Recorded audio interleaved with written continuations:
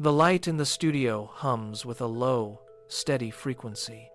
Behind Anton, a projection flickers to life, casting a stark green glow across the room. It displays 3 distinct segments: 50% for needs, 30% for wants, and 20% for savings. He stares at the numbers, his brow furrowing as he taps the screen. The display shifts, pulses, and stabilizes. "The 50-30-20 rule," he says, his voice cutting through the silence. It sounds perfect on paper. It looks logical. It looks clean. He turns away from the screen, his shadow stretching long and thin across the concrete floor. He paces the length of the room, his boots clicking rhythmically against the surface. But what happens when you actually live by it for 30 days? What happens when the theory hits the reality of a Tuesday afternoon? He stops, facing the lens directly. He does not look convinced. He reaches out, adjusts the brightness of the display, and sighs. Most advice stops at the math. I want to see what happens when the math stops being a suggestion and starts being a mandate. He walks toward the edge of the frame, ready to start the clock. Anton moves to the side of the studio, dragging a large, clean whiteboard into the center of the frame. He picks up a black marker, the cap clicking sharply as he pulls it off. With precise, deliberate strokes, he draws a large rectangle, then divides it into 3 unequal sections. He labels the first box with a bold 50%, designating it for essentials. He moves to the second, smaller box, marking it with 30% for desires. Finally, he fills the last, smallest section with 20% for his future savings. He steps back, the marker still held in his hand, and taps the board 3 times. The sound echoes in the quiet studio. 50, 30, 20, he repeats, his eyes tracking the lines he just created. It is a clean structure. It is logical. It is a roadmap for every cent that leaves my pocket. He draws a thick line at the bottom, sealing the categories into a rigid grid. He looks at the board, then at the camera, nodding slowly. On this white surface, it makes perfect sense. The path forward is drawn out, clear and unavoidable. He caps the marker with a definitive snap, looking satisfied with the order he has imposed upon his finances. Anton sits at the desk, the whiteboard now pushed to the corner. He opens a notebook, the pages crisp and empty. Beside him, a stack of transaction slips waits to be categorized. He picks up the first one, reads the amount, and hesitates. He looks at the board, then at the notebook, his brow knitting together. He writes down the expense, but his hand pauses before assigning it a column. He taps the pen against the paper, a rhythmic, nervous sound. He picks up another slip, then another, his pace quickening as he tries to reconcile the numbers. The silence in the studio feels heavier now. He checks his digital banking app, scrolling through a list of minor charges. His eyes widen slightly as he counts the frequency of small, unnoticed transactions. He stops, leaning back, staring at the growing list of numbers that refuse to align with his plan. He flips the page, looking for a balance that isn't there. He realizes he has no idea where the money went. Only that it is gone. He drops the pen, the sound sharp against the wooden surface, and stares at the ledger. The order he projected on the whiteboard is starting to blur. Anton pulls a fresh sheet of paper onto the desk and begins plotting the week's totals. His pen moves with a frantic, jagged rhythm. He creates a bar graph, stacking the numbers for each of his 3 categories. As he fills in the wants column, the bar climbs higher and higher until it breaches the line he drew on his whiteboard. He stops. He stares at the graph, his jaw tight. He double-checks the math, tapping the calculator buttons with unnecessary force. The result does not change. The wants column has climbed to double his allowed limit. He draws a thick, jagged red line across the top of that column, the ink soaking through the paper. He drops the pen, his hand trembling slightly, and leans back. The studio feels colder. He looks at the red line chart, the visual evidence of his failure sitting heavy on the table. There is no denying the numbers. He has spent twice what he promised himself. He runs a hand through his hair, his eyes fixed on the ink. The frustration is sharp, immediate, and impossible to ignore. He has hit the wall before the first month is even a quarter over.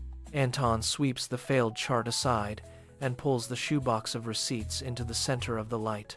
He dumps the contents onto the table. A mountain of paper slips cascades across the surface. He begins to sift through them, one by one. He reads the merchant names aloud, his voice flat. Snacks. Another subscription. Impulse buys. He tosses the slips into the trash can with a crisp, snapping sound. Each throw marks a moment of lost potential. He pauses on a slip from a convenience store. He remembers the purchase. He was not hungry. He was just tired. He picks up another, then 3 more from the same week. The pattern emerges, visible in the ink. He was not irresponsible by accident. He was blind by habit. He stares at the growing pile in the bin. He realizes he spent money to soothe temporary discomforts, not to fulfill actual needs. He flattens a crumpled receipt against the wood, tracing the total with his thumb. The math is no longer just a calculation. It is a mirror. He looks at his hands, then back at the empty space on the desk. He finally understands the nature of his own deception. He was never out of money. He was simply out of focus. Anton clears the desk with one wide sweep, pushing the trash bin aside.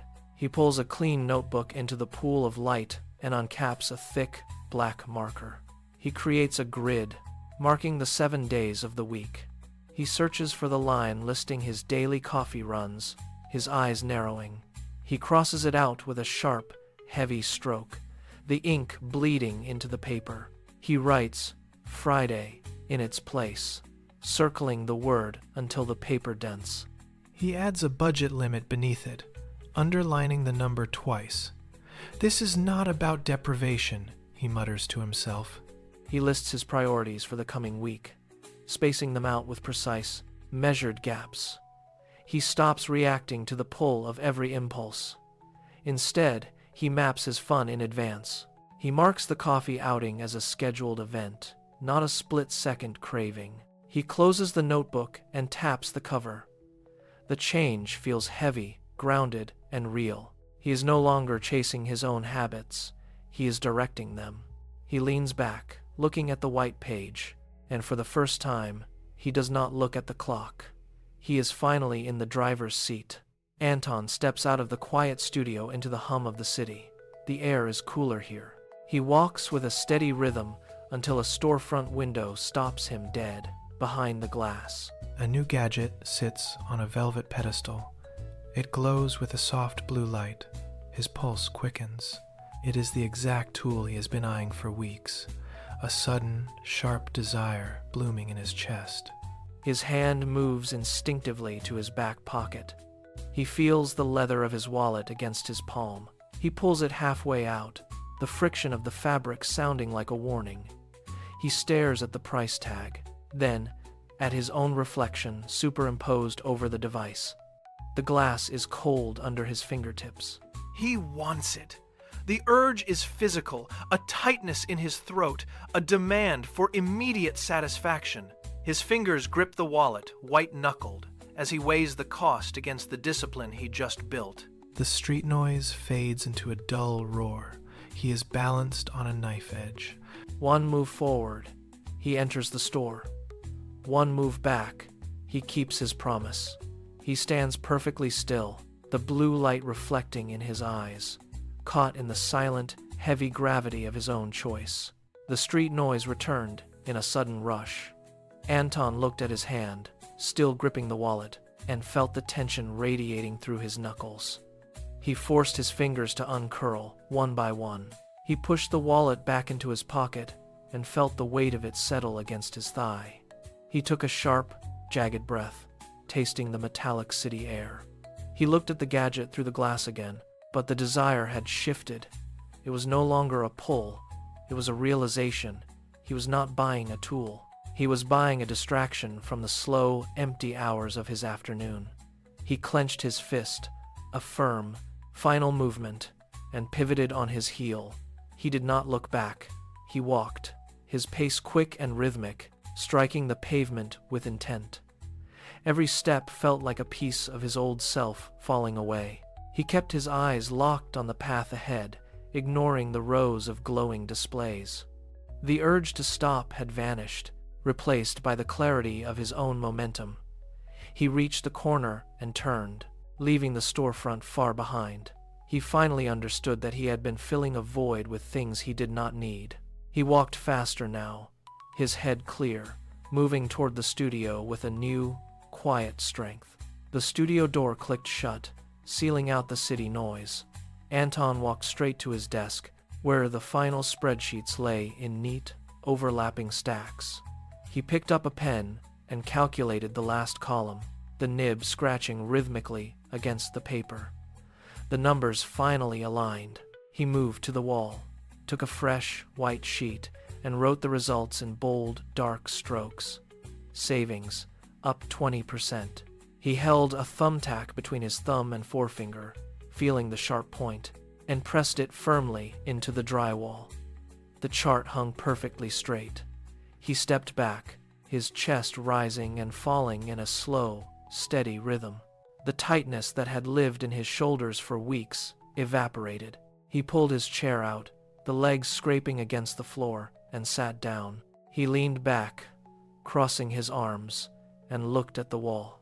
The mess of receipts and red-lined graphs was gone, replaced by a clear, undeniable record of his progress. He let out a long, quiet exhale. The frantic energy of the month had settled into a sharp, focused calm. He tapped his fingers on the armrest, watching the light hit the paper. He was no longer guessing. He was in command. Anton turned toward the camera, his movements deliberate and unhurried. The light caught the steady focus in his eyes. He leaned into the frame, resting his hands on the edge of the desk. "The rule did not make me rich," he said, his voice level and clear. "But it gave me something more valuable. It gave me clarity." He paused, letting the silence bridge the gap between him and the viewer. Awareness is the first step to change. You cannot fix what you do not see. He reached out, his finger pointing directly into the lens, locking his gaze with the audience. "I stopped guessing, and I started tracking. The difference was immediate." He straightened up, a faint, confident smile touching his mouth. If you want to see more real-life experiments like this one, hit the subscribe button below. Let us track the numbers together, find the gaps in our habits, and build something better starting today. He held the pose for a beat, eyes fixed on the viewer, before the screen slowly faded to black. The studio lights dimmed, leaving only the sound of his steady, quiet breathing until the final second.